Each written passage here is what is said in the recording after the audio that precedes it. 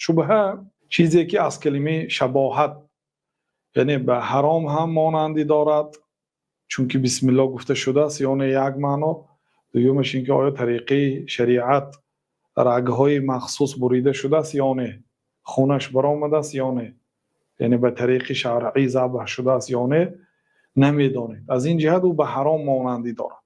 بعضی تاجیک ها مادامی که گوشت خوک نباشد خورده هم میگیرن، یعنی که فقط گویا گوشت خوک حرام باشد، اما گوشت گاو و گوسفند هم وقتی که به طریق شرعی ذبح نشد، مثلا به سرش زدند و بیهوش کردند و تمام او رو میده کردند، این حرام است. حرام مرد، یا از بلندی افتید و مرد، یا خودش مرد بدون ذبح، حرام مرد میگن چه خیلی که در جای مرد، اینا خورده نمیشد. و این حیوانی که در وقتی ذبحش نام الله تعالی ذکر نشد، الله تعالی صراحتا در چند جای قرآن ولا تأکلوا مما لم یذکر اسم الله علیه و انه لفسق، شما نخورید از آن حیوانایی که در وقت ذبح آنها نام الله تعالی ذکر نشد و فسق است گفت و پلید است گفت، نخورید، نهی آمدگی است.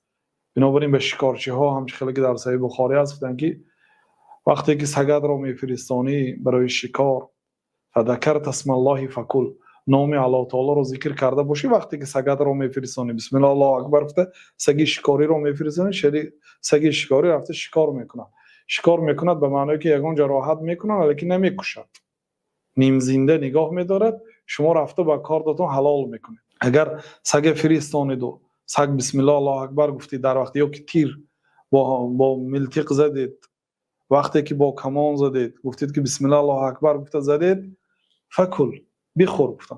اگر نام الله تعالی رو ذکر نکردید نخور گفتن. بنابراین وقتی که نمیدونید، و این چونین در بعضی کشورها حلال نوشتن یک فریب هست و این چیز تصدیق خود را یافته است، حتی به بادرینگ و پمیدار حلال نوشتیان، به تخم نوشتیان، به ماهی نوشتیان، این دلالت میکند که اونا دروغچی هستند.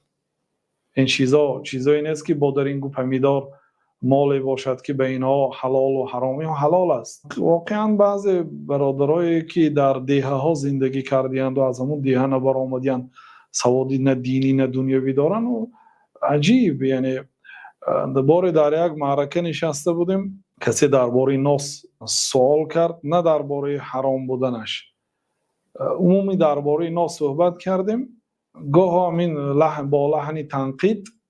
بعد این موی سفیدی که در پهلو ما نشسته بود که داملا بقدر ناس را تحقیر کردید، مگر ناس نمیکشید؟ گفتم ناس حرام است. بعد وقتی که پمیدار خوردیم میگوید که پمیدار برای چی میخورید؟ پمیدار مال عروس کو؟ یعنی یه نوع اعتقادا هست. حتی همین کارتاشکه هم میگفتن این از عروس برآمدگی هست، این مال مسلمان نیست. میگفتن الله تعالی در سوره بقره میگه که هو الذی خلق لكم ما فی الارض جمیعا، الله تعالی ذات است که تمام اون چیزی که از زمین میسازد بر فایده شما آفرید، مگر بعضی چیزهایی که نامبر کرده حرام کرد. شما گفت مثلا خود مرده را نخورید، خون را نخورید، خوک را نخورید، یا نوشیدن می و موادهای مخدر و مست کننده، این چیزا نام به نام آمده است، یعنی چیزی حرام کم است. اصلا الله تعالی هر چیزی که از زمین میسازد میروید برای شما حلال گردانیدیم، مگر کسی اگر یک چیز حرام میگه باید دلیل بیاره از قرآن و سنت.